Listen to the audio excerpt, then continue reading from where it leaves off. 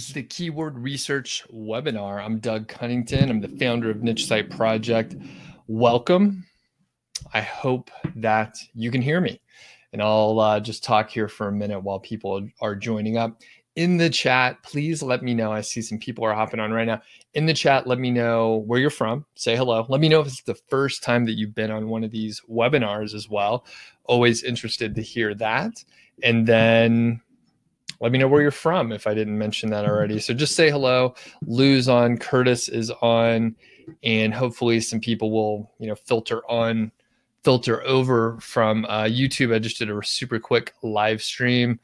We have Luke is a first timer from New Haven, and I heard you guys got some snow over there in the last couple of days. And then Duke from the Bay Area. Very cool. Good to have you on, Duke. And then Nick from Pittsburgh.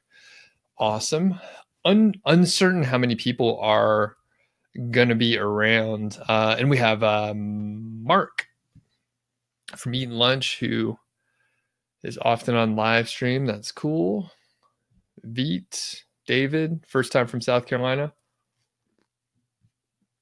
All right, cool. Well, we'll just start getting moving here in just a moment. Ravi from India and John from Oregon. Awesome.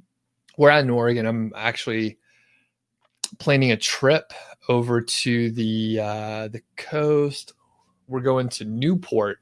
There's a Rogue Brewery. Actually, they're based out of Newport. So we're going to spend a few days there and then go to Portland, hang out a bit. And Renee from Copenhagen, first time on a webinar, but you've done some of the live streams on YouTube. Awesome. And I have coffee in my cup here with a little, you can see it's a little foamy. I have some coconut oil and we have a little, what do you call it? Frother. We have Jiren on as well. Suresh from India. And then I have some, it's like half coffee that I brewed this morning. And then there's a little of the Four Sigmatic coffee blend. We have Jarrett on. All right, cool. Keep letting me know where you're from. People do filter on, and we're only 2 minutes in. And Margin says it's your first webinar. You're from Serbia. And it's Melissa from Nova Scotia. Happy to be here, she says. And this is it's like a brain exercise for me. So Mark is lunch and fishing. Mark is lunch and fishing. And then Melissa is... You're the egg lady, right? You're the egg lady. Is that right? Something, because I remember people from the YouTube channel a little bit, but it takes a little while to sink in. Not everybody. Lay some eggs. That's right. Something about eggs. And like Duke makes it easier because it's just a name. And then Jared is music file. Okay, cool. Yeah, this is a difficult process here to map it back and forth, especially when like there's an icon on the YouTube. This makes no sense to anyone else. But on YouTube, I can at least see like your avatar or whatever, but here it's just a name. So I have to I'm wasting brain cells on this. Okay, I'm going to start sharing my screen here so that we don't digress further. Webinar for niche sites, and this is going to pull together a couple of different things that you may have heard me talk about, especially, in the live streams. It sounds like a lot of people are from the live streams. You'll notice that in the Q&A sections, I will often cover bits and pieces. This kind of pulls it together a little bit for you from just an overall perspective. So, and I already did the sound check, and it sounds like people are mainly familiar or mostly familiar with who I am. But if you're not, I'm Doug Cunnington. I founded the Niche Site Project in 2013. That's me and my old dog there, Brody, and I have a new dog now. Brody passed away, but I have a new dog now who's sleeping next to me, who looks remarkably like Brody in the face. They're both border collies. So anyway, this is over in the Beartooth Highway, and a couple years ago, but it's covered with snow. There's probably like 12, 20 feet of snow. Who knows? It's very deep snow, like where we're at, that is kind of near the apex of the peak there, or the pass rather. And we live in Bozeman, so it's kind of close to Yellowstone and stuff. It's really nice out here. I've been featured or quoted in a number of different places. You probably recognize some of them here, and I've been in some others as well. And I only mention that just so there's some reference to, why you should listen to me. So I kind of know what I'm talking about, at least in a few areas. And just curious, this helps me to present the most relevant angle, right? For everyone, or at least most people in the audience. So when did you first hear about niche sites? And kind of tell me your experience level. Just, it's always interesting to hear, and for everyone in the chat to understand it as well. So this is my timeline, and it's a good reminder for me, but I think it's even more important as an illustration for everyone else to see, like, it's not all success stories, right? So if you hear only success stories, people are holding back on you. So there are multiple areas. I found niche sites in 2013, but you'll notice there are multiple areas in which, I'm sorry, I keep moving or changing the size of the screen here, but there are down points. Basically, all the down points generally correspond to penalties to my site. And by the way, I don't do gray hat link building. I do white hat now because of these issues that I had. But in 2013, in July, I launched my first Amazon affiliate site, and it did really well. It made, within the second month or so, it made about $20. And then within 4 or 5 months or so, I guess 5 months, it made $6,452 in December. And I thought it was fantastic. I thought I was going to be able to quit my job. I was so excited. And then the following month in January, my site was penalized by Google. So that made me sad.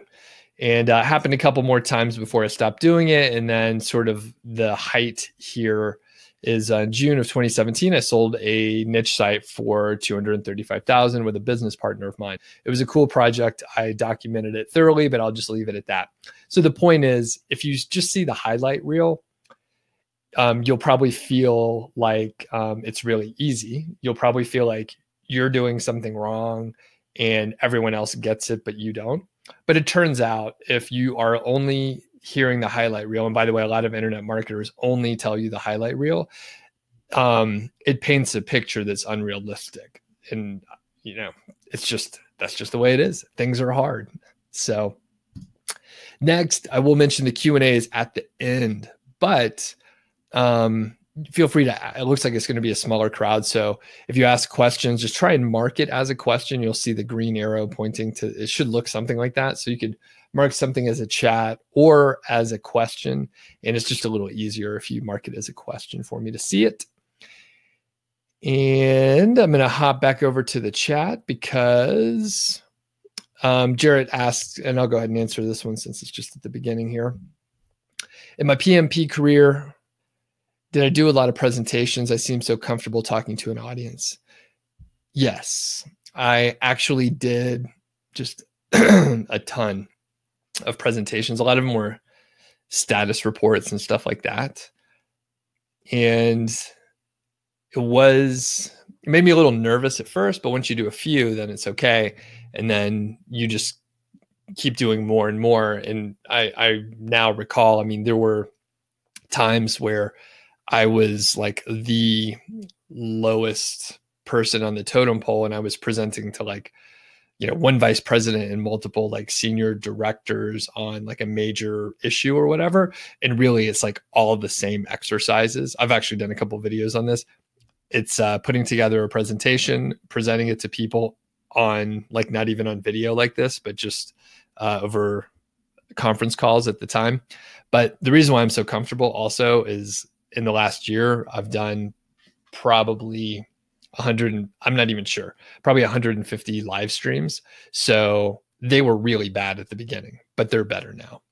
And Shura says that you heard about niche sites from Google. And Mark says your interest comes from research in ways to semi-passively migrate back to being self-employed over the next few years. Very cool. Ravi heard about niche sites from Niche Pursuits, and Pat Flynn, so smart passive income. And Hammond says, you've seen this presentation dozens of times. Yeah, the beginning part is pretty standard. And then I've been refining these presentations over the past year. So yeah, you probably have heard some of this before. John, you built a website selling orchids in 2003. That's cool. And Renee says in 2010, you were a member of a long dead affiliate training program, mostly about spamming articles and getting a ton of links. A lot has changed since then. And then Lou says you bought a site from Dom. And okay, cool. I'm gonna spill my coffee. Now, why niche sites? It sounds like a lot of people are fairly familiar with niche sites, a couple newer folks. So I won't dwell on this stuff again. The questions help me shape the presentation.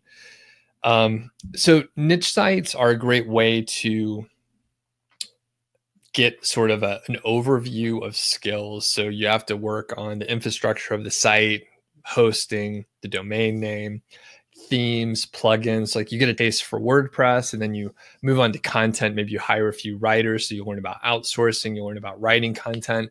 Unless you're a professional writer, you probably haven't done much writing since your school days, right? So once you get back into it, then you're reacquainted with like the content side of it. And then after that, you have to do, networking and potentially outreach, and you have to work on the SEO side, right?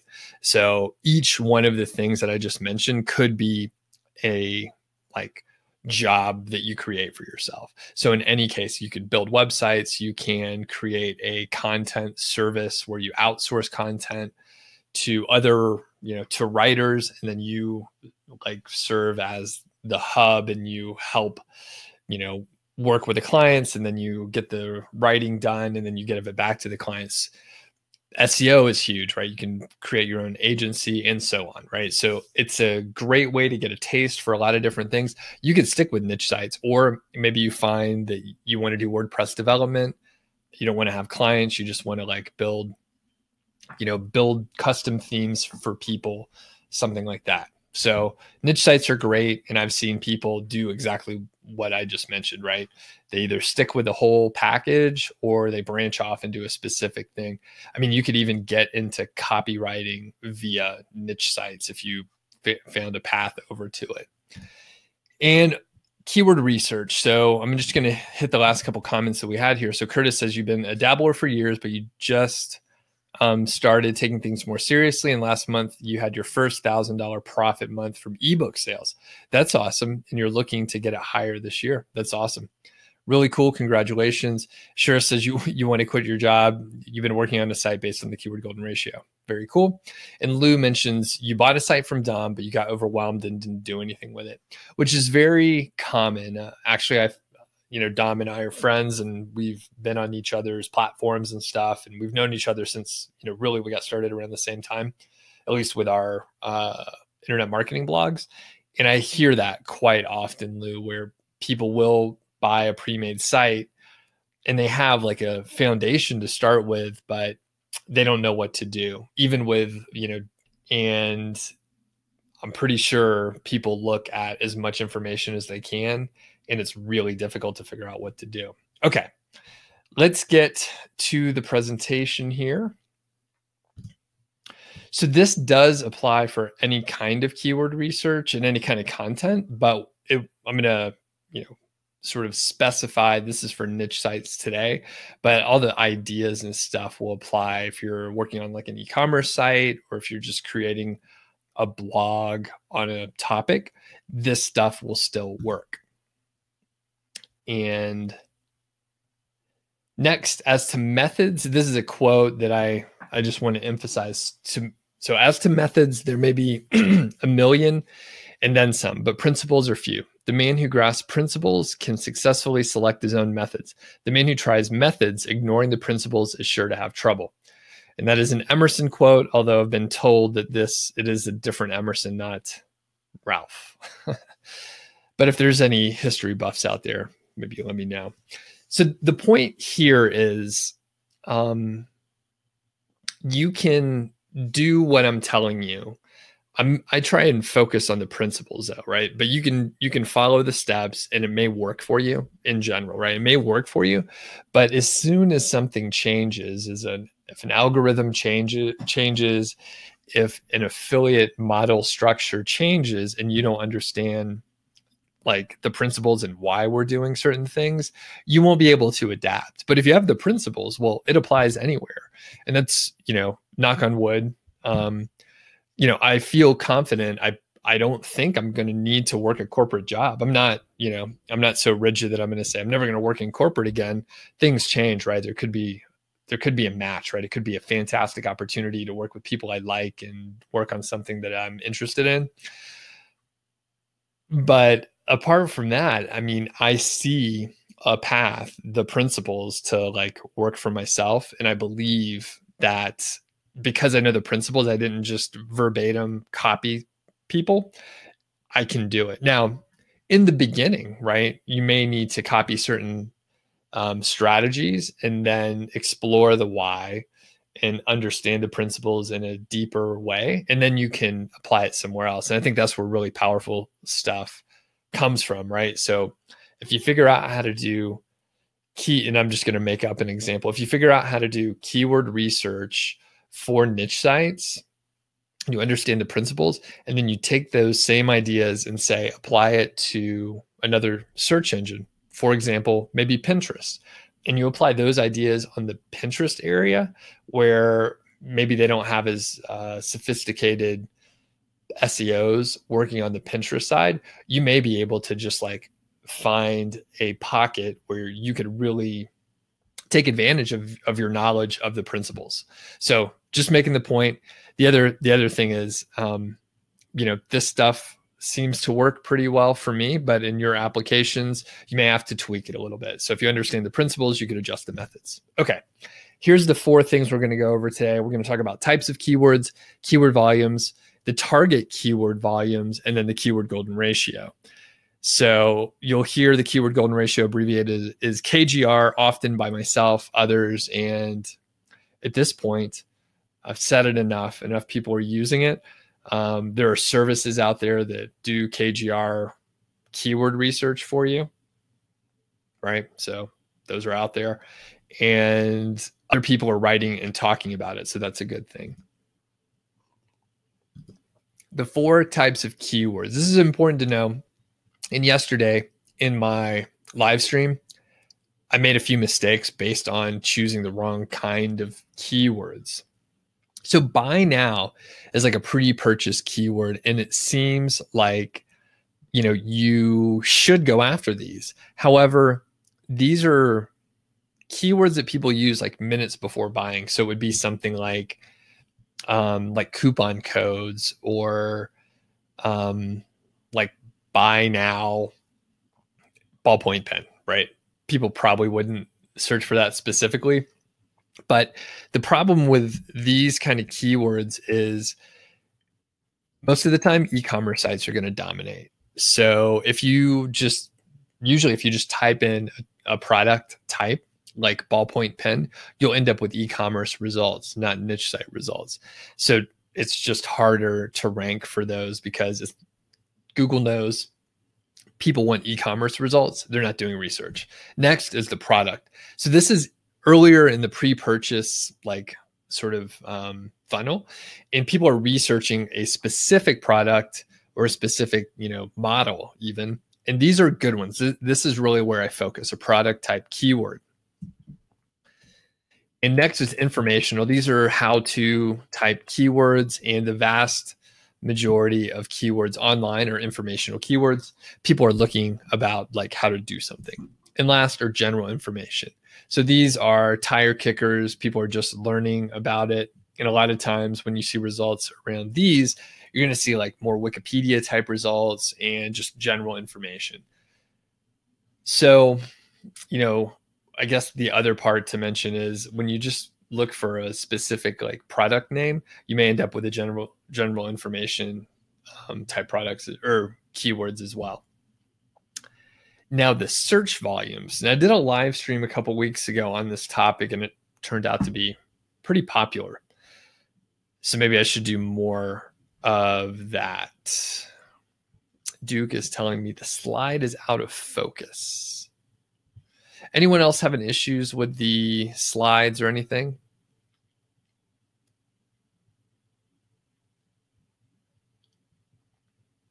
Okay, everybody's good. And so keyword volumes, and these are really just my opinion here. So very high is 9,000 or more, right? And these are sort of arbitrary. There's a blend. There's an overlap basically. And I call high this very wide range, 2,500 to 9,000. The medium is 720 to 2,500. Low is 250 to 720, and then ultra low and long tails are less than 250, even down to 0.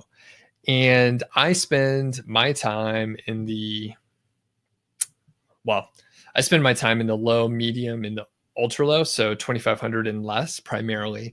And the thing is, when you go with the higher search volumes, you end up with longer to rank. You need more links, and it's more competitive because there's more money to be made, and it makes sense. If there's more money out there, people are going to be like drawn to it. So it's no mystery why. The cool thing is with the lower search volumes, you generally, not always, but generally you rank faster, you need fewer links, and there's less competition. It turns out just because of the long tail, you end up with a lot more, like a higher quantity of these ultra long tail keywords. So with that said, I'll re-emphasize the fact that this is purely my opinion. And I'm sure it's shifted over time. And I'm sure in the future, this will shift again. But this is sort of, how I've been operating for the last 2 years or so. Next, armed with the knowledge of the keyword search volumes, the target volumes that you would want to go for is typically in this, medium to low range, as I mentioned. However, the high range, there's nothing wrong with going for it. It just takes longer. So when you're looking at your site, you're setting your goals, you'll want to keep that in mind. So if you're trying to, rank for a term that gets 5,900 searches per month, you may have to, plan out 12 to 18 months, or maybe 2 years, like 1 to 2 years to rank that number one. And it may take a long time. The reason why I mention it is because people are impatient, right? I'm impatient. Everyone's impatient. They want to go a little faster. And the hard part is you can do a lot of work and maybe not see the results that you were expecting. And then you start taking more drastic measures, things that maybe are just a waste of time, a waste of money, and maybe risky from an SEO, penalty perspective. So you just have to remember that if you're going for higher volumes, it's going to take longer. So this is sort of where, especially if you're starting, this is where you should focus, because you're going to be able to rank faster and get, early wins and sort of understand what's happening, get traffic to your site, help Google to like your site and all that stuff. And the interesting part is most people don't do that because they want to, plan for the future. Almost all of us are a little overconfident about our abilities and what we can do. I am, even though I try and remember it. We just kind of lack a little humility, I guess. Not everyone. And sometimes it's the opposite. But, the point is we sometimes think, well, here's why I know this. I thought this myself. I was like, you know what? I am going to go for the higher competition, the higher search volumes, because I'm such a hard worker and I feel like I'm smart and I have a good background on whatever, like software or something. So I think I can maybe do better and work faster and beat the odds. It turns out some people do beat the odds, but most of us do not. So most of us don't beat the odds. And it is just, trust me, I know if you're just starting out, you may think that I'm not giving you enough credit. No one specifically, but not giving you enough credit. If you just start small, then you can learn your craft and move forward, right? Okay. I'm going to get a sip of water here, and hopefully the stream is solid and everything's good to go. And Duke had a cool comment here. I'm going to take a look. So Duke started blogging in 2011. You get 500,000 visitors in the first year, but it was a poor niche for monetization. You started a site for viral content after getting an algorithmic penalty on your first site. You had 6 articles go viral. It was still hard to monetize. You made 5,000 on 1.5 million views. Wow. And it sounds like you were working with Facebook, and it made it tough to work on a viral site. So you switched over to SEO on the White Hat side. You're getting 45,000 visitors per month. You started the site in May of 2017. Now you're getting 6,000 visitors per month. And you started a second site 3 months ago, and it's getting 1,500 visitors per month. Very cool. Thanks for the background on that. Okay. And it is unclear to me why the resolution may be struggling for some people. Let me just check one thing here, make sure I don't have too much stuff running in the background, which I don't think I do, but I'm just going to double check for everyone.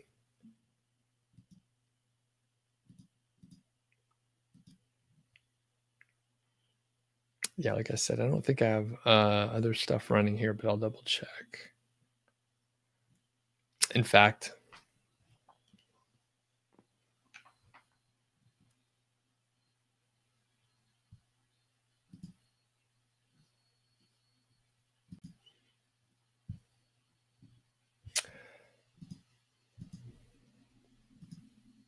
all right, sorry for the issues, everyone. It sounds like, yeah, if you reload, it may help or it may not. I don't know. All right, let's get back to it. Good thing for the water break. And we are back.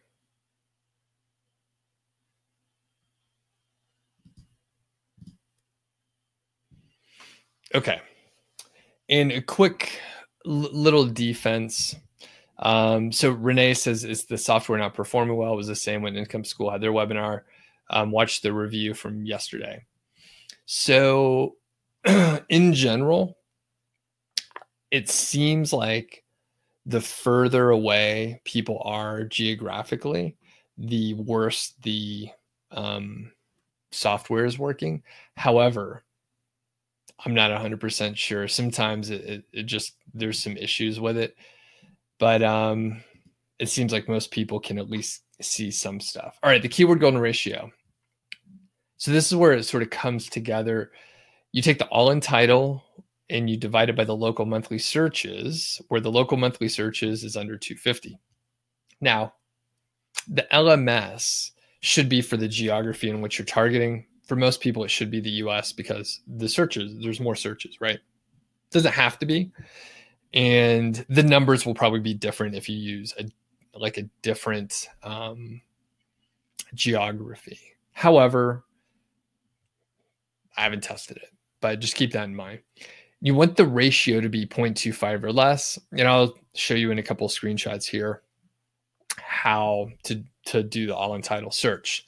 Now, couple things I'll point out right now, because I get this question all the time. So why is it 250? Because you want to be able to rank roughly in the top 50 or so. And the ratio of 0.25 for the LMS of 250 is like 62.5. So that if you're intentionally targeting a keyword phrase, you should be able to rank in the top 50 or so if you're intentionally trying to target it. If you go higher than 250, right, then the number of sheer competition, people with the title, right, the title of the keyword phrase, like there's more of them, right? So that's it's just a numbers game. If you do the math, it becomes very simple. Plug in 250, and here I can give you an example. If you're trying to rank in the top 50, and let's say the local monthly searches are 1,000, a ratio of 0.25 is 250. So instead of competing with 62.5, or we'll just say 63, you'll be competing with 250. So let's take it one step further and add another zero to that. If the local monthly searches are 10,000 and you're competing with 0.25, right, the ratio is 0.25, then you have 2,500 other URLs to compete with. So you can do it, but you now have more competition. And the whole point is to find less competition. Now, what you could do is just look for, if it's less than 100 all in title results, then it's a go. That's kind of what I do. The other part is I want the formula to be simple. There's two numbers to put in there. There's two numbers. I know that there are caveats and trends that I could apply to it, but then the formula becomes complicated and it's hard enough.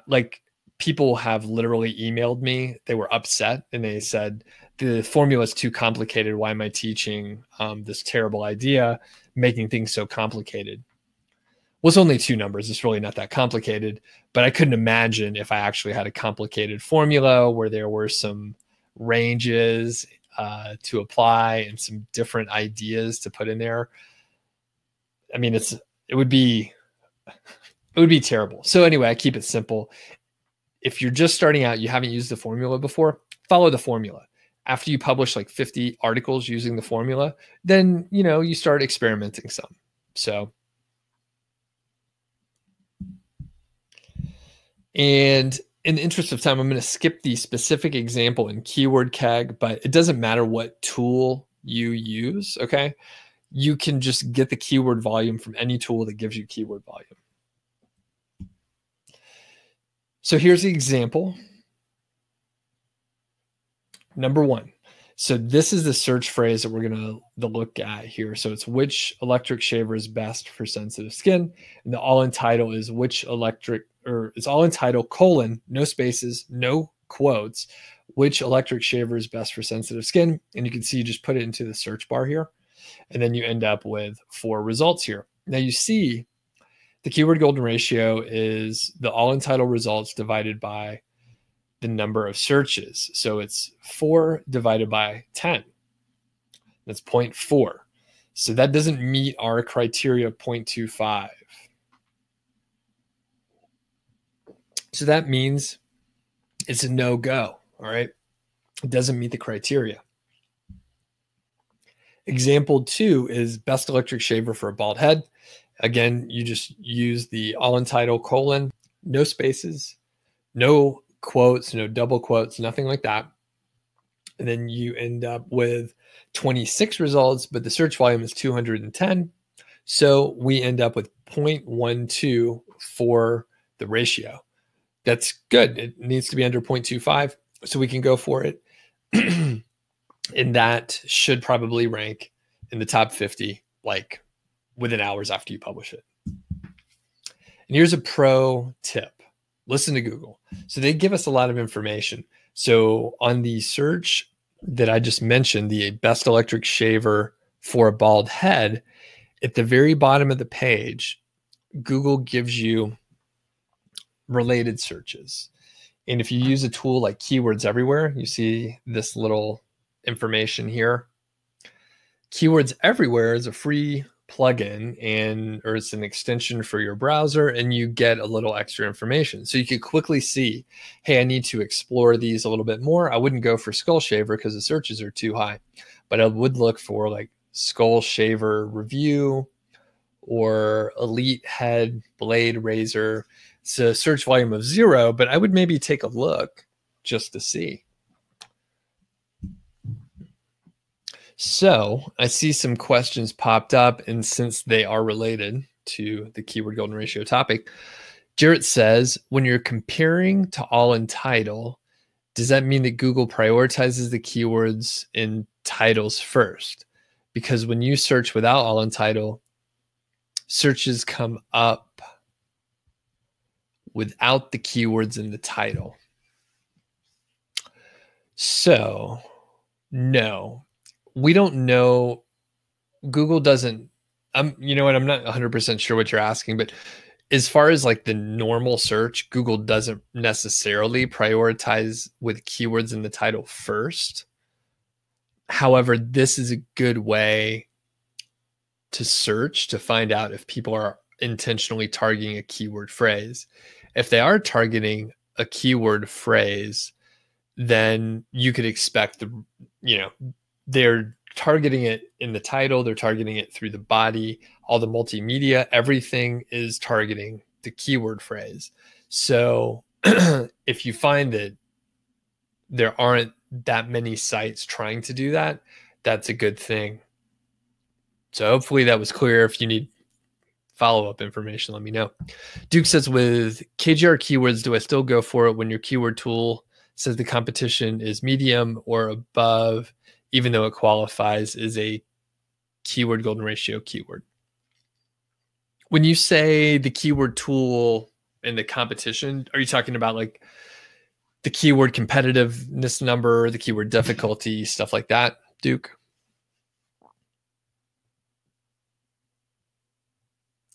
Jared says, does keywords everywhere still show the search volume for the bottom table of Google? It recently stopped showing for me. I think it does. I mean, I haven't looked today. Okay. I haven't looked today, but I think it should still be doing that. And Duke clarified and said yes.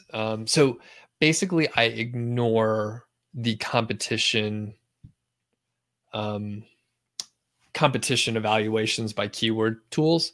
I could tell you Longtail Pro is the keyword competitiveness number is really bad.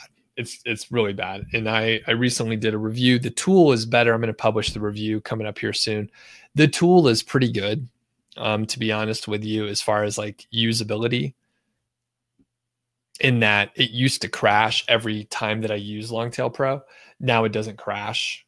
So that's better. And they have really good marketing behind it, and it's endorsed by like Pat Flynn and stuff. But I have to tell you, when I first started, I followed Pat Flynn. I mean, I still do. But he was recommending a tool called Market Samurai, and it was around the time that Market Samurai basically stopped doing updates, and the tool was basically bad, but Pat was still recommending it. And I think Longtail Pro has improved as far as not crashing, but I think there are other more sophisticated tools at this point, and the KC number is really not helpful at all. And I'll just say that like straight up. Like, I don't think it's helpful. I think it gives people a false sense of security, and it's not good information. I have been looking a little bit at the keyword difficulty in SEMrush. It seems to be a little more usable.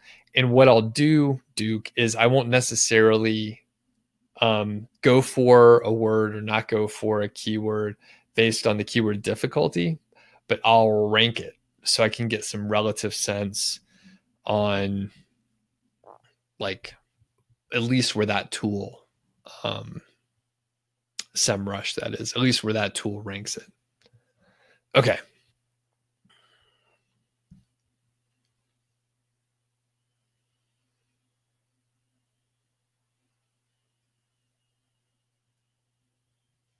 Okay, I'm going to keep going with the presentation here, and then I'll come back to the questions. So, and this is sort of the closeout. So you want to stop trading time for money, and whoops, that's the wrong way. And I think niche sites are the best way to go. It sounds like a lot of people convinced in here as well. And just a couple little success stories here. Unfortunately, the data is a little bit older, but I stopped asking my friends for screenshots and stuff. So this is my friend Rob. You could check out like his coaching when he was getting started. That's all on the YouTube channel, by the way. So this is 2016 data, but he made like over 223,000, which is crazy. And he's continuing to do pretty well, but we're not publishing any more numbers from Rob currently. And then Dave Fox, again, this is from 2016, but he had a good year as well in 2017. Hopefully I'll have him on the channel coming up here before too long, but he did well in 2016. And he started from, if you go back to the very beginning of January 2016, he was making about $1,000 or so. And then it climbed pretty impressive. So a couple notes that I'll just hit. So mistake number one, a lot of times people don't know what to work on. Like I mentioned before, and Lou had a good example where, basically you may have a site done, but it's like there's 1,000 things to work on. It's hard to figure out where to prioritize your time. And I'm guilty of this, but there's a lot of marketers who like we're trying to come up with interesting headlines. So you may see something from like Spencer in Niche Pursuits, or you may see it from Authority Hacker, Mark and Gail and Perrin over there. And they're like, you got to use tables, right? But you never really know, like, do I really need to use tables, or are they just trying to sell a specific product? Or you really have to move over to this new theme. And it's like, is it just because their buddy owns the theme company and they're trying to get affiliate commissions? So it's hard to tell what to work on or the incentives that people have to, push a certain idea. Next is picking a poor niche. And I think if you go through, this sort of keyword research, you'll have a better understanding of like the keywords that you can actually go for and rank. And, Duke did this, I've done this. You pick a poor niche that's hard to monetize. And if you start, at Amazon and you're going to have an Amazon site, it's a little bit easier to figure out what's monetizable. And I just didn't know when I first started. And the third mistake is not knowing how to get traffic. And, I'm sort of mentioning this to set up some of the future webinars. So these are things that you can avoid if you pay attention, right? And how to get traffic, there's a lot of ways to do it. I mean, you could have a viral social type site or organic SEO. Most of the time, organic SEO is the most hands-off. It may take longer to get started, but once you're there, you usually have consistent traffic over a stretch of time. There's some maintenance to do, of course, but I mean, if you're looking at like Facebook ads and viral traffic, I mean, that's a machine that you have to keep feeding. You have to keep optimizing and go more and more and harder and harder. In about a month, 5-figure niche site is going to open back up. You can't buy it today, but just pay attention. This is the course where, I teach you how to build a site. It starts at the brainstorming phase and gets very advanced as far as, link building, growing your site, adding an email list, getting to a point where you could sell it for over 6 figures potentially. And it was created using principles going back to our original quote, techniques and strategies that work. So I just, I'm not the person that has done all this stuff, right? So I have implemented this stuff and then I refined it and tested it. And then I got other people to do it, like Rob and Dave, and then other students as well. And a lot of people that actually are just on the YouTube channel, they're implementing the stuff I'm teaching and it's working. So probably going to have several folks on the channel as interviews before too long. So just keep an eye out for the course if you are interested. And now the Q&A. So let me get back to the chat here and see where we are. Duke uses KW Finder. You were going to ignore them, but it helps to have the confirmation. Yeah. And what I would say, Duke, is to look at it, pay some attention. That was Georgie just stretching there. You all right, girl? So pay attention to the data and see like if you can make any assumptions from it, my hunch is that it's probably not that great. It's really hard to take all the variables that are out there for a term, ranking a term, that is, in the search algorithm. It's really hard to quantify that into one number because there's too many variables. So I think it can give you some idea relative to other keywords, but I think the keyword golden ratio works well because it's looking at a very specific range of search volume. So, keep that in mind when you try and simplify all these variables into one number based on other estimates from other tools. It becomes really muddled, and I don't think it's very accurate. Okay, and John says keywords everywhere is not showing the bottom suggestions right now. Okay, good to know. Thanks everyone for checking. So that just means you have to look yourself. So not a big deal, but you can still get the keywords from there.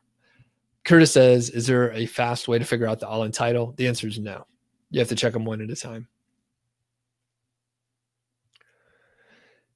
Jarrett says, would I target a long tail keyword where the grammar doesn't make sense? No, I wouldn't.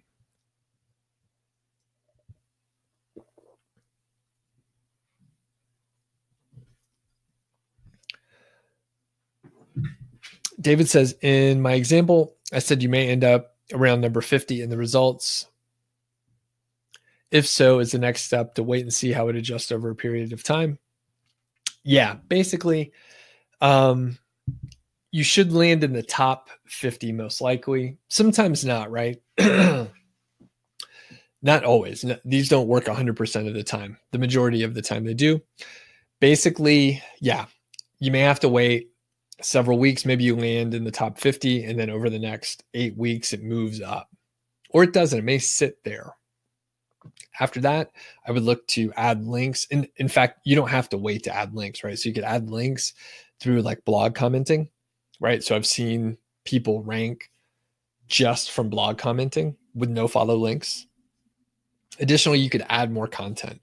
A lot of times adding more content will help you get more long tail keywords. So even if you don't move up in ranking, sometimes you'll get more traffic.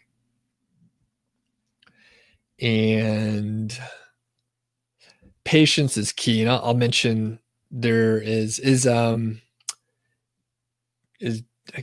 Greg on. He was on the live stream a bit ago. But basically, and I'm going to use Greg as a bit of an example, but I'm going to explain how to do a better job. So Greg, he published, 10 posts, and he used the keyword golden ratio. He said none of them rank in the top 100, and he's asking me what's wrong. It's a very hard question to answer. There are a number of factors. The content could be terrible. The on-page SEO could be bad. He could have picked poor KGR terms, right? He could have picked like buyer's term, like not buyer's terms, but the buy now terms. So it could be all e-commerce, and it's hard to say, right? It's really hard to tell. The other thing is he published them all in 1 month, and his site's brand new, and he's just asking, and let me just check. Is Greg on? Okay. So the thing is, you may just have to wait a little bit and make adjustments. It's all about like researching like what could be wrong on your page and like methodically going through it. Most of the time it works. There's so many people that have implemented it and told me that it works. I know that there are probably dozens of others who are doing it and they're not telling me about it, which is fine, right? They're just low key, right? And it means that it works, and it means there's a lot of people doing it. So when one person tells me that it's not working for them, I can almost like certainly say it's a mistake that they've made, right? It's a mistake that they made. Okay. I got a cough here. Sorry. Okay. And Duke remembers Market Samurai. Yeah, I mean, everyone was like, it's so great. And the funny thing, there's a guy out there, I think it's Location 180, Sean Ogle. He has a niche site video that has so many views. It's kind of funny how this stuff works out, but it's clear, right? If you check out his video, it's clear he doesn't know what he's talking about. Unfortunately, it doesn't sound like he has a niche site at all. He's built a really good business, and he's a smart guy. But I think he saw like an opportunity to do a niche site video, so he shot one, and he doesn't know what he's talking about. Again, it's very clear. And then he recommends Market Samurai, and this video was just put out like last year. And Market Samurai is by far not a current tool, so it's just kind of interesting. Some people still reference Market Samurai, even though it's a bad tool.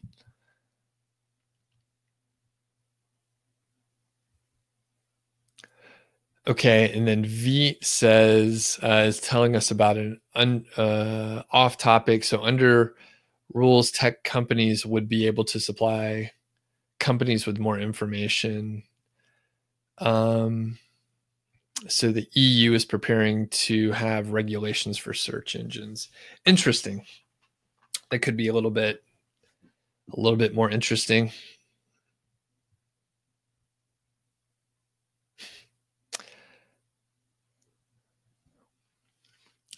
All right, and then Prathmesh. Okay. His question is, can I rank in the top 3 using the keyword golden ratio terms without backlinks? If yes, then how? So you find them. This is going to be a bad answer, and I think you should re-ask your question with more details. So you find the keywords, and then you have the content written, and then you publish it, and then adjust from there. So you can do it without backlinks for sure. And Prathmesh says Duke is telling Prathmesh that you rank 20 keywords in the top 3 with no backlinks to those pages, although the site has some. Yeah. Yeah. So Prathmesh, you just have to do it. So it sounds like you haven't tried it. So just do it. Last question from Jarrett. If the keyword you want to target is drink water effectively, is it possible to extend it to example how to drink water effectively in the title? Yes, you can. All right. And Salim says for a certain long tail keyword, all in title results were 983 and the monthly search volume is 140. But when you clicked on the number of pages at the bottom, the all in title result changed from 900 to 43. So which result should we consider? The keyword is hiking places in Colorado. You may check practically. Please advise. Which result should we consider?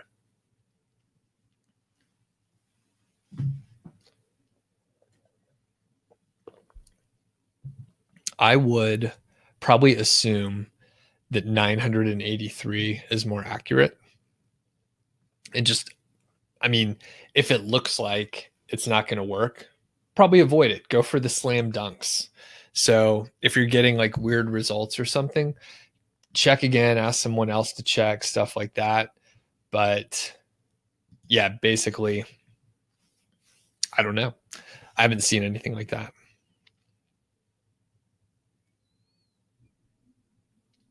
And Jarrett says, thanks for the webinar. It's really awesome, and I have a loyal following. Thanks. Appreciate it. So what other questions do we have? We're coming up to the top of the hour here. top of the hour, and hopefully we'll get a couple more questions coming in here.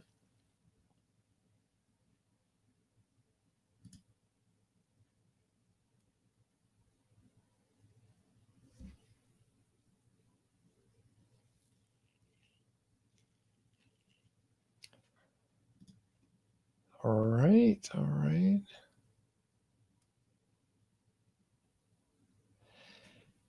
And let's see.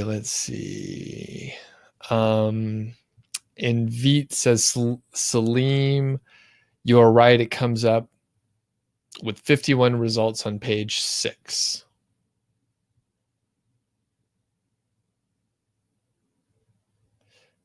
But when you clicked on number of pages at the bottom, yeah, I don't know. I don't know, Salim. That sounds weird. But what I find is, I mean, if you think it's a good topic and you think you could rank for it, just publish it. It's just one post. And then, the idea is you're going to have to do a few of these. So publish a few. Next, Lou says, how did you break past the overwhelm? So a couple, I don't know. I could tell you the overwhelm, depending on how you operate as a person, the overwhelm may or may not go away. So one thing that I am realizing over and over again is especially at this point, I continue to make myself busy. And I think I've always done it, and I'm trying to do a better job just if I have Slack, and I'm trying to build more Slack into my schedule. And then I need to just leave it alone and have a day where I'm free, right? Instead of feeling like I'm always behind. As far as the overwhelm, and I think this is what you're really asking, the overwhelm in figuring out what to do is, there's a couple things. One is to pick one person to follow, right? Pick one plan to follow and follow that through so that you see the path of how to be successful from start to finish in an area that you want to work on. So you're here. So, you could follow me. You can see how I do things. And then it doesn't mean that you can't branch out and do other things, but you should follow one person for a while until you hit some small level of success, however you define it. Or if you don't like me and you want to follow someone else, like the Authority Hacker people, or maybe Tongue Tran or something like that, which, Lou, since you said, if I remember right, you're an old timer from Oregon. I take it that you probably don't want to follow someone who hasn't implemented or doesn't have the life experience and implemented the stuff that I've done, right? So that said, find someone you like, whoever it is, follow it through. And then once you hit a certain point, you could branch out and check out other ideas, and then hopefully you'll be able to discern the good ideas from other people and then implement them where you're at, right? So I think that's how you do it. And Duke made a good point saying you are allowing yourself to make mistakes. And yeah, it turns out you continue to make mistakes. And as you get better, you just make bigger mistakes. So I recently made a big mistake, which I'll share on some video in the future. But yeah, I was like, that was a dumb thing. That was a dumb thing to do. So, okay, more questions are rolling in. Jarrett says, if you target a specific keyword, are you also able to appear and search for other search results? Yes, you are. Yep. And Jarrett, here's a tidbit. You didn't ask this, but you will want to know. So let's say you're targeting a term that gets 10 searches per month. You will probably get more traffic than what you would imagine from that search term. The reason why is your post is going to rank for terms like long tail terms that you're not even tracking, right? It may not even be a search phrase that registers any searches. So basically, if you have 10 searches per month, it wouldn't be crazy if you got 25 visitors per day to that post, right? It's totally possible. So when you look at the search volumes, like you can get a lot more traffic than the search volume suggests.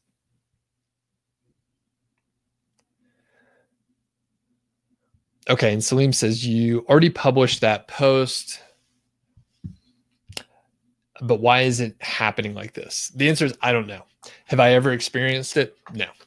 I've heard people talk about it, but to be honest with you, I think I just look the stuff up once and I don't go clicking around. So I get the data fast and then I just move forward. So I'm not, I mean, honestly, I maybe should look like experiment and figure out like why people are seeing this, but I've typically just ignored any sort of like inconsistent stuff. I just ignore it and move on.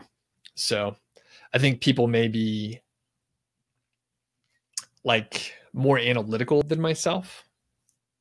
I've relaxed on my perfectionism and analytics over time, which I think is helpful in a lot of ways. But Salim, I'm sorry, I don't know the answer to your question. Terry asks, do I suggest a posting schedule? No, I don't. And Lou says, you'll follow me. Thanks. And I seem like a decent guy. Thanks for that too. I try.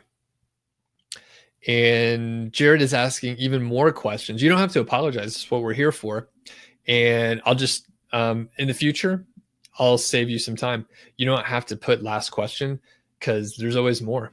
I do that myself. So you just ask away. Would you at some point consider doing a live seminar at a location, perhaps in the future? Potentially, I've thought about that. And it could be interesting. Maybe I should start asking about that. I am sort of in a remote location where it's harder for people to fly to in general, not always, but it could be interesting if I was like in a bigger city or if I like went down to Denver where there's a big airport or Salt Lake City or something like that. But yeah, I've thought about it a little bit. Throwing an event is a different type of activity, but it could be interesting and a good way to like network and just have like a small group of people.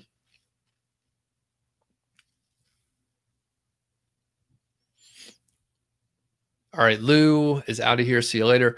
David, from my research, does the KGR formula bring an estimated amount of page views? It seems like there will be a baseline because it's the all-in title and the monthly searches if we're all using the same formula.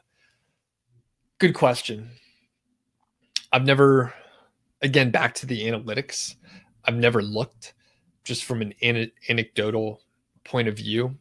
It's about 2 to 3 visitors a day.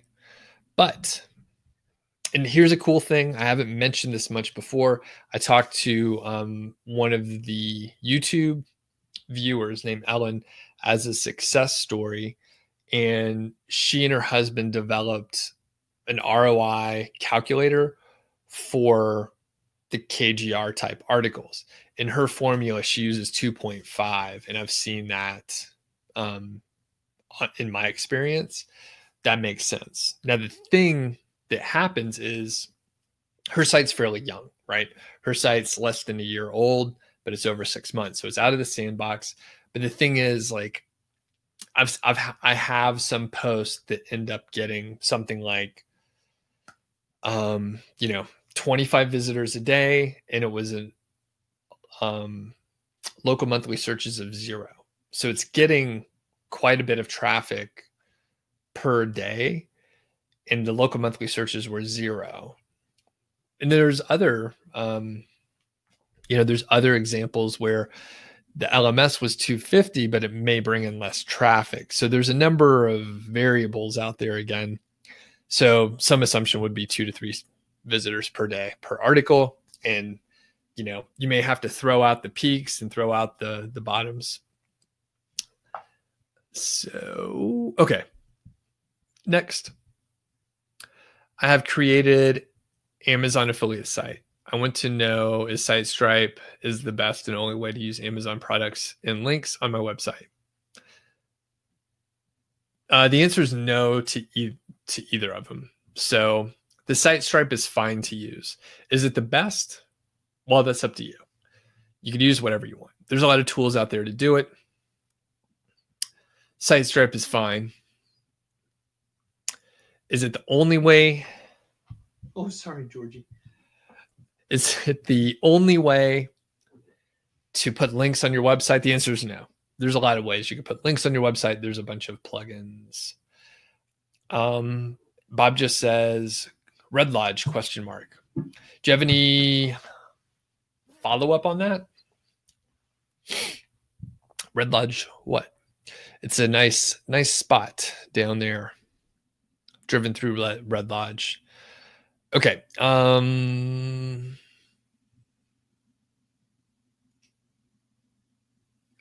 Sahil, what's up? Suresh, any other way to use Amazon product images on your site? Yes. You can, there's plugins basically. And there's one called AAWP, of which I'm an affiliate.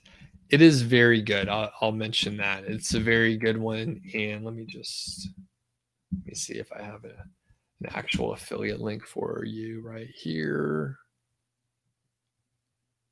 Yeah, this one is really good. And I'm an affiliate, so I get a commission if you use it, but that's the one I would recommend at this point in time. Nick says, what are the paid keyword research tools I feel are a good value? I think SEMrush is a great value. And I think, let's see, Ahrefs as well. Both are expensive, but if you're looking for like the highest value, like those are probably it.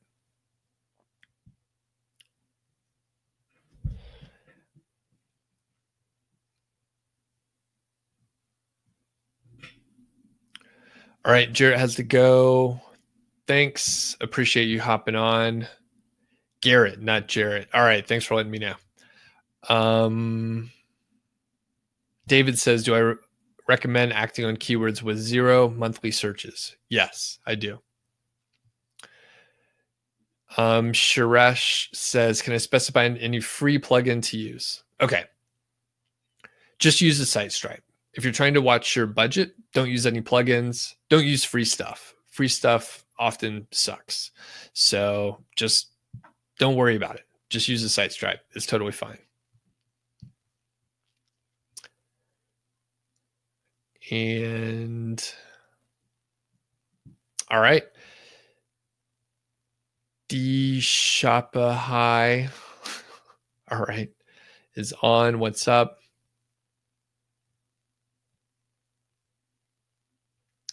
Veet says, what kind of competitor sites to avoid when looking for keywords? Facebook pages, YouTube, big sites. Yeah, if it's all like YouTube, I would avoid it. If it is all e-commerce sites, I would avoid it. If it's all like big, huge authority sites like New York Times, LA Times, I would avoid it. And any other questions out there? And if it's related to actually, how about this? Any other questions related to keyword research? Now we're kind of going into a black hole of asking questions that are unrelated to keyword research. So just want to keep it tight. If you have random questions, tomorrow is the Q&A on YouTube. So make sure you check out the live stream over there. And I'll just quickly answer. Pratmesh says, is it okay to make clear all the things once I get guest posts, like how much should be the word count for guest posts, how many backlinks, and I will need to follow backlinks? I'm not really sure what you're asking. I would say come to the live stream tomorrow. And you know what? I feel like Pratmesh, you may need to review your whole process and try and figure out what you're doing. Your questions seem really scattered, and I feel like you may not be and don't take this the wrong way, you may not be well informed and your questions are scattered and they're kind of not making sense to me. So you may want to regroup and reevaluate, or at least the way the questions are coming out right now. You may need to reevaluate how you're approaching everything. Seems off to me. Suresh says, you have a site. Can I look at it and suggest how to improve it? No, generally no. However, you can hire me to look at your site, but I don't do it for free. And it sounds like you're asking me to do something for free. I'm just too busy to do it. Curtis says, does it make sense to target dozens of different keywords, KGRs, about the same product? Or do I prefer targeting KGR keywords for a wide array of products? It depends. I think if you're talking about dozens, it may be like too many, right? But in general, I think it's fine to go after, the same kind of products and keep it, like, hit it from all angles, right? I think that's totally fine. When you're talking about dozens, you're creeping up to the hundreds, right? You're creeping to 100 and you're getting into the triple digits potentially. And that can be a bit much. So, but in general, Curtis, you should be all right. Bob says, what time is the live stream tomorrow? It is 10 a.m. Mountain Time. Barry says, you're just nipping in after work. What's my thoughts when using the keyword for buyer's intent, such as best, but Amazon and YouTube videos are ranking in the top 10 and not that many sites? Would I go for it since the results don't seem to be targeting the keywords? It depends, but if it was all Amazon and YouTube videos, then I would probably avoid it. But if it's just a handful, it's probably okay. David says, do I venture outside of 0.25 for the KGR? Yeah, I do. I'm quite liberal with the application, and there's several factors involved, but yeah, I don't really stick to the 0.25.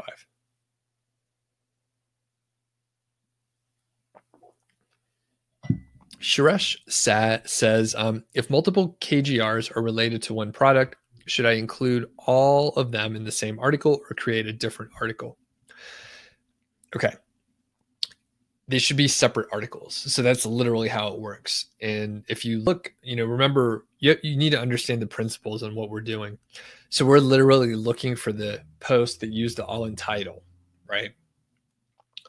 So to read between the lines, you need to use the keyword phrase in your title so that you are now one of those. Joe says, what are the most common ways people get penalized by Google? I'm not sure. I don't do any sort of research in that area. Don't really care, to be honest with you. But the ones that I hear about most often are like unnatural links and thin content. Those are the two I hear most often. But I think it probably depends on like the circle of people that you know. And I don't hear about those that often, but those are probably the ones. And I'm basically not super informed. So that is just my, my anecdotal, like what I hear on the street, Veet says it should be easier to rank a KGR term if it's under 0.25 and under in the all in title is 10 versus all in title is 100 for the same KGR, right? I don't know. It's a reasonable assumption, but it doesn't, it isn't something that I've tested. So, all right. Does the keyword golden ratio apply for a synonym main word within a long tail? What's your experience? Okay. So, basically what I keep in mind is like when you Google it and see the results that come up, if Google is placing the synonym in there and treating two words as the same, then you can make the assumption that those are treated the same. So I don't have a good example off the top of my head. But if like Google, for example, treated like Sharpie and permanent marker as the same term, you may need to, rethink what you're doing. So hopefully that helps, Wallace. Barry says, have I had much success with VS keywords? You know what? I don't even. Oh, versus keywords. Yeah, they're awesome. They work really well. It's a good buyer's term as well. Suresh says, in a KGR article, should you use LSI keywords or related terms shown by Google? Yeah. I never do that in a methodical way, but yeah, right naturally. Josh says, some of my KGR post titles are ranking in the first few pages. Some post titles when searched are outranked by the homepage when you search for it. Not a bad thing, but it made me wonder what's happening. It's called keyword cannibalization. I have a video on it, but basically, if it sounds like your site's probably young, so give it time. And I don't know what is on your homepage, but you need to make sure your homepage is a proper homepage rather than any kind of like affiliate stuff. Any thoughts on targeting a KGR term with self-made YouTube videos instead of written content? I think that'd be a great thing to do. I haven't done it myself. Renee says, should we only target one KGR keyword per article without trying to target other long tail KGR articles in one article? Generally, yes. So here's the thing. If you put a bunch of KGR terms together, and you're trying to put them all in one post, you've just created like a big post that's not targeting any one of them specifically, or it's only targeting one of them specifically. So I'm not saying that my way is the only way, but if you're going to try to use the keyword golden ratio, you should use the formula that I've given.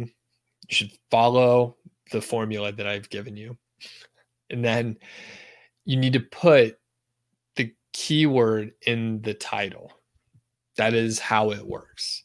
And if you try and put 9 other keyword golden ratio terms in there, you may have a very interesting article that's hitting, 10 different topics. But at that point, you're just publishing a big article. It can be fine, right?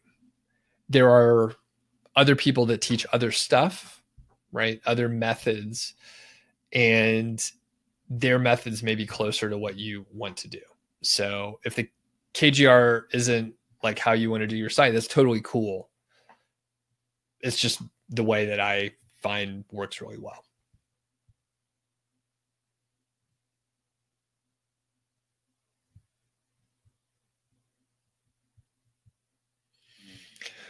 Okay. Pratmesh is telling a long story about how he got a guest post, and the person who posted it made his link no follow. So the question is it okay to clear up, or is it okay to ask if they'll let you have a do follow link? You could do whatever you'd like. So if it's really important for you to have the link be do follow, then you should ask.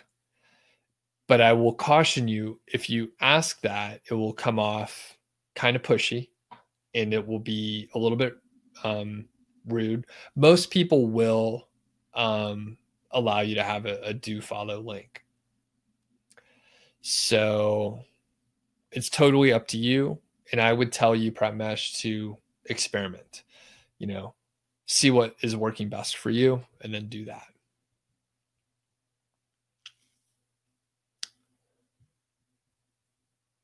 Barry says, when it comes to SEO for the post, do I put the keyword in the title, the slug, the URL, and the meta?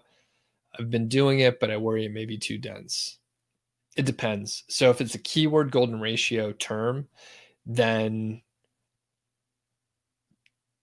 it may be too dense, right? It may be like a weird phrase to have all over the place.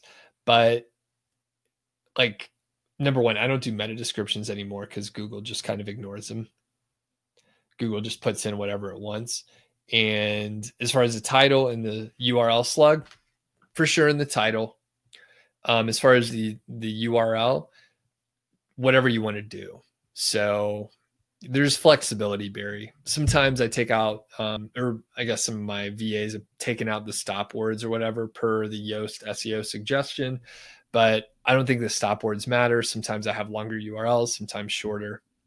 So, all right, any other questions? Don't forget tomorrow there is a Q&A. So if you if you have a question and it's not related to keyword research, tomorrow is the time to ask that question. So you can check that out for tomorrow, same time, same place, sort of. And yeah, so, quick little recap on like the plugin, right, question, because I'm not sure if I answered that well. If you don't have a budget for a plugin, then just use the site stripe. It's fine. If you have a budget for a plugin to put images up and images are important to you, AAWP is really good. But if you don't have a budget, don't worry about it. You don't have to have big images or anything like that.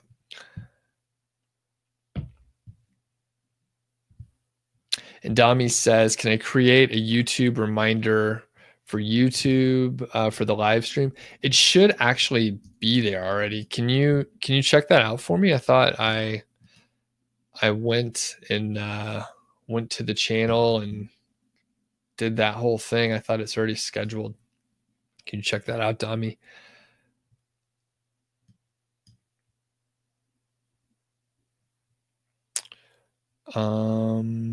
Okay.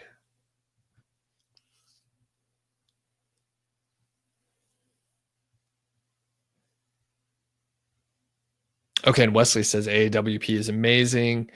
And Dami says, can I send out an email notification? You know what? YouTube should do that for you, but I'll double check. I may be able to send out an email tomorrow with some actual content and then just have a reminder in there as well. So yeah, YouTube should send that out if you've selected notifications for my channel. And one last thing, I thought I saw a question. Oh, and Pramesh says it was your first guest post, so congratulations. Yeah, typically they are do follow, but if you didn't, I'm not sure if you did. Some sites, just as a rule, every single link is no follow. Like some sites put a plugin in, so all their outbound links are no follow because they have so much advertising material. But sometimes you end up with like, I don't know what kind of site it was, but sometimes you may end up with like an affiliate marketer who is like, hey, I don't want to make it a do follow link. Who knows why, right? I put do follow. I link to my competitors now. Like I don't even care. If it can be a helpful resource to the visitor, I'll link out to it, So it could be just a misinformed person who's thinking they're going to keep more link juice on their site or something like that. But yeah, just keep moving forward. If you got one guest post, the rest will get easier as you go.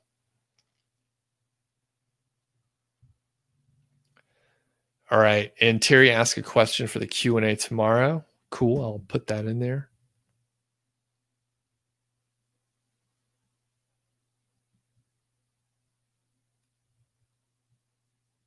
All right. And Barry mentions the notification was late.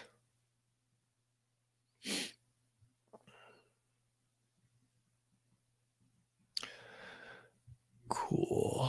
All right. And John says you're new to KJR. You haven't done a website in a while. You're finding several terms that say the same thing, and you're writing an article with some of the similar KJR KGR terms added to see if they draw traffic.